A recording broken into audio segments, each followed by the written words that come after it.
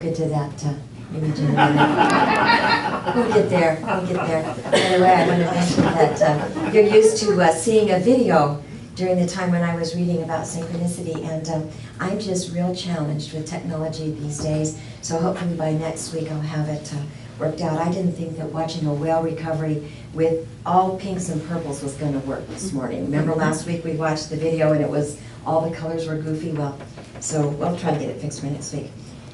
This idea, the lyrics of Robert's song, I really like this song. I, for some reason, remember it from my very early childhood days, and I just love this song. And one of the things that I know about the lyrics of this song is that it invites us to have basic trust in the universe to show us what we need to know, to let us see how everything is connected, to let us know that everything moves together. You know, in the Christian tradition, from the Bible, and I'm not a biblical scholar, nor am I real familiar with all the exact Christian texts, but something along the lines of all things work together for good for those who understand and see the divine in all of it, my interpretation.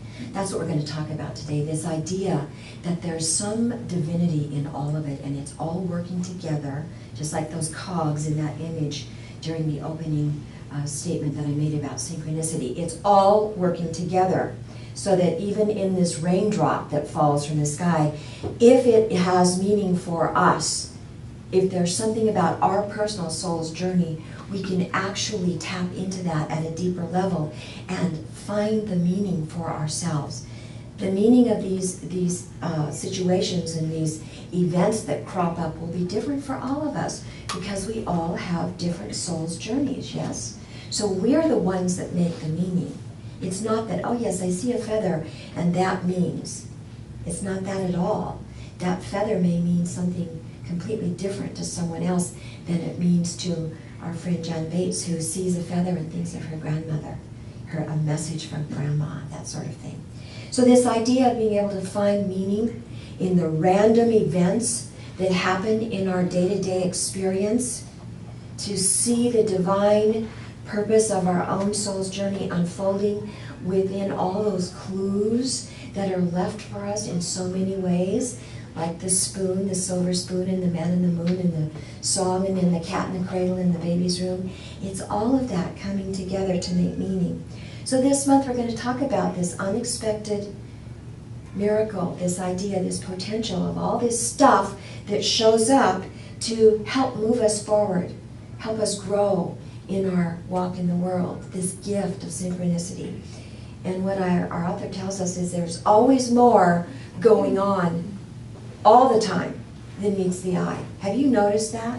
You know, we take a lot at the level of the surface appearance of things, but if we have the eyes to see and look deeply, there's always more going on. We just have to tune into that. So this is important. What's the difference? Our top topic is no room for chance.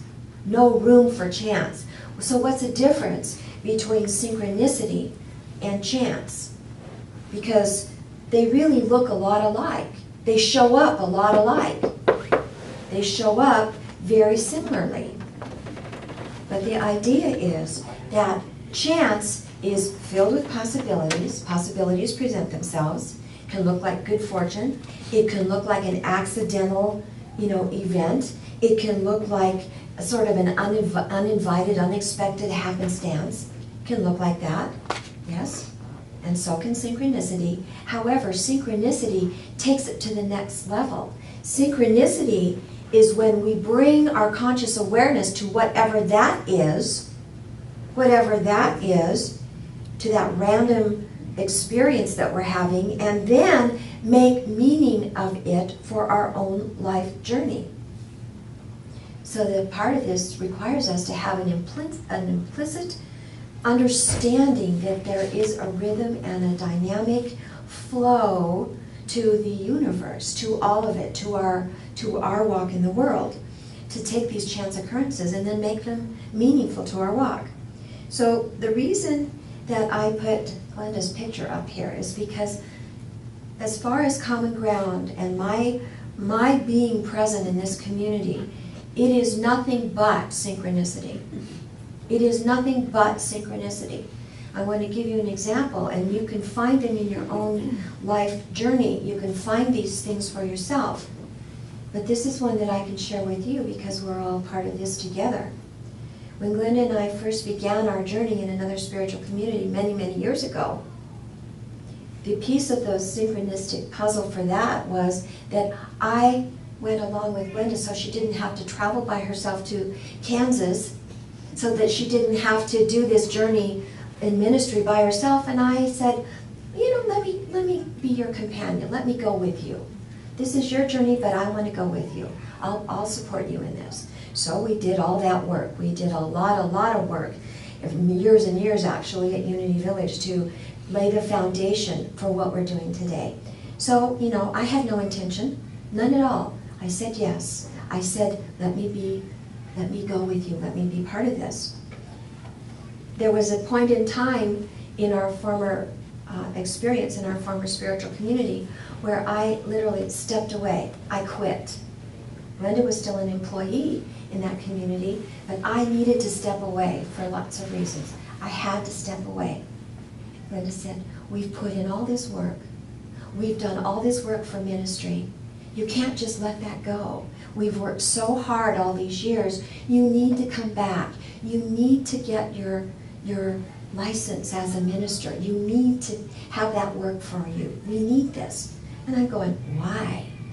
But because I love her, and because I often say yes, I said, okay. So I re-entered that experience a little bit like this, but I did re-enter that experience. And we got our license, and we were made ministers in that setting. You know, there's another piece of the synchronistic puzzle. Months later, it came time for us to leave, both of us, to leave that community. Well, we now had the foundation. We now had all of the credentials that we needed to step into this work. And we did step into this work. And now 7 years later, this is what those synchronistic events have blossomed. And it's benefiting all of us, me most especially. Yes? Yes. Now there's one more piece, and that's why I put Glenda's face there. Most of you know that Glenda and I have recently taken on a second career. We are now bail agents. And we're now duly licensed. I'm now duly licensed. Hers is still in process because she had that little fingerprint problem. Oh dear, I need to clarify. She has no fingerprints. She's just one beautiful light body. But they finally got that straightened out, so now she's going to be getting her license very soon. But I got my little blue card, the special blue card, right? The one that's so darn important. I got that in the mail the other day, and I was so proud, and I'm looking at it, and it says, Judith Marie DePrete. Marie, who would have guessed? Judith Marie DePrete. I'm looking at it, and I turn it over. That's the picture.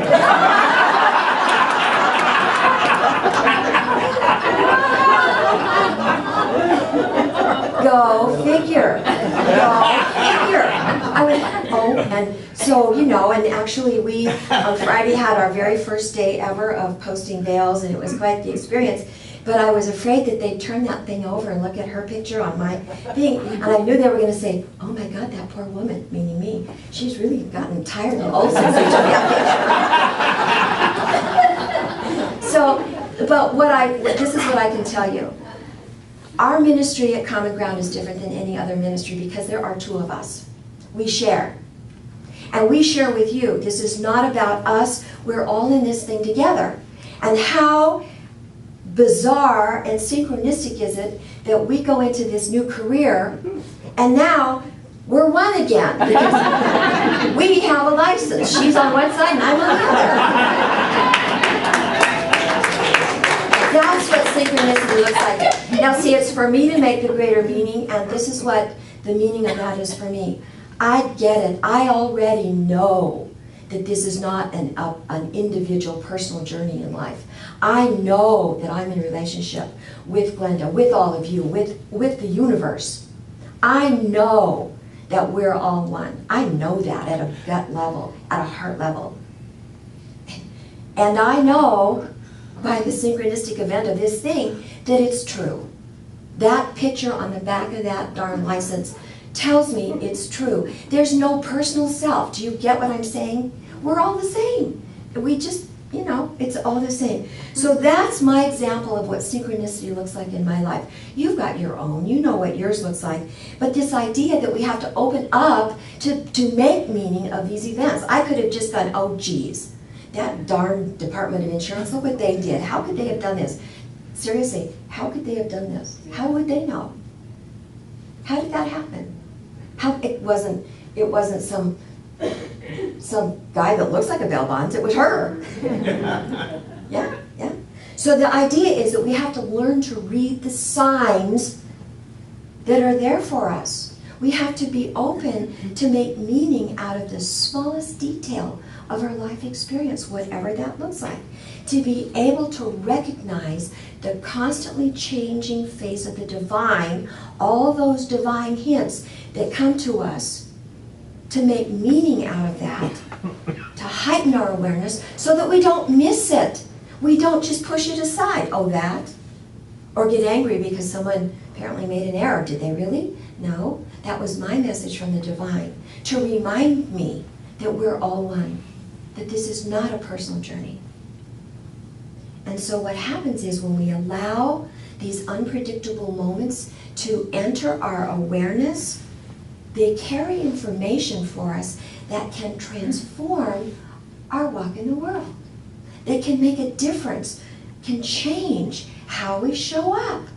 Oh, thank you, I get it. I get it. To let whatever it is come to us, to arise within us, to touch us so that we can make meaning out of it. That's what it's all about. I love the terminology that our author uses. He says, we must learn to open the window of our soul so that we can be bathed in the sacredness of all things. All things are sacred. To let the deeper nature of things enter into our awareness. And he says that when we can part the veils of our experience, get our stuff aside, look at it with a deeper awareness, with our deep eyes, when we part the veil, is the way he puts it, it means that we have the capacity to change our perception around whatever the experience is so that we can make it meaningful to us. I think that's interesting. And I know from your stories, there are so many examples. Diane told a beautiful example in Women's Wisdom the other day. You won't mind if I share. Her little dog recently died. And she's, been in grief over that, her little companion. And she went to Laguna Beach to pick up a pair of sandals and was browsing in a shop. And what do you think she found? She found a hand-painted shirt of a woman walking a little dog that looked a lot like Hannah. And that was a message to her to let her know that this energy of this little spirit is right there with her. You see, Jan Bays, I mentioned, she's had many synchronistic events that she shared with us, but one of them has to do with her former husband who died in a very difficult experience, and he had given her a squash blossom necklace at some point in time, one of those Indian squash blossom necklaces. And several days after his death, she was doing some mailing and she found stamps, and the stamps had the squash blossom necklace image on it, and that was her meaningful event to let her know that her former husband, whom she still dearly loves, was right there within the experience, was there for her. We've all got those experiences. You have your own, and your meaning will be different than someone else's. When they see a swallowtail butterfly, they're not going to think about my father, my mother's beloved. Maybe they're going to think about something different, you see. So there's always more going on than meets the eye. Always. Always. Everything is dynamic. Everything is in movement. And our work is to, I love this terminology, to catch the thread of the experience so that we can move into our deeper destiny, so that we can make it alive right now in our experience, so that we can come to know the hidden purpose of whatever that is. And by the way, it doesn't always feel good.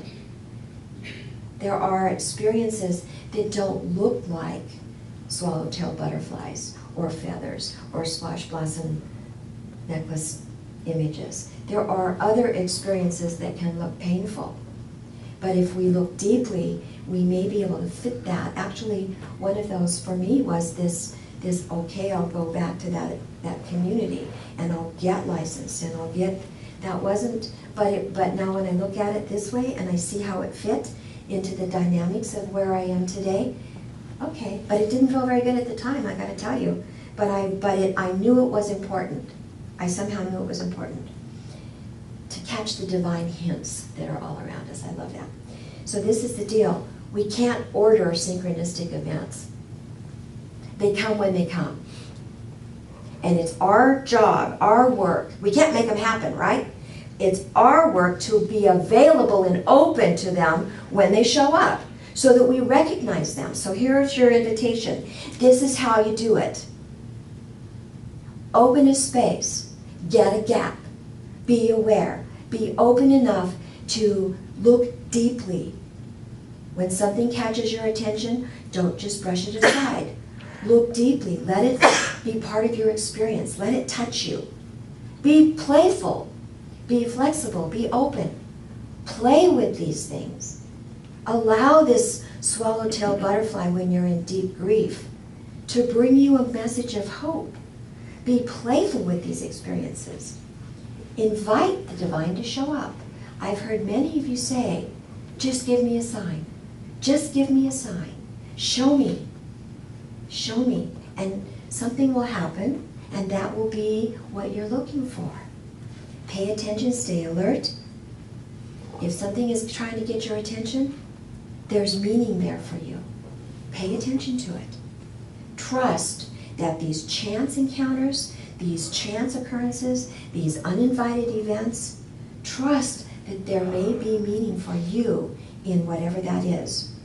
Even in a drop of rain, that could contain the hint of the divine that will help change your whole life, will take you to a whole new place in your soul's journey.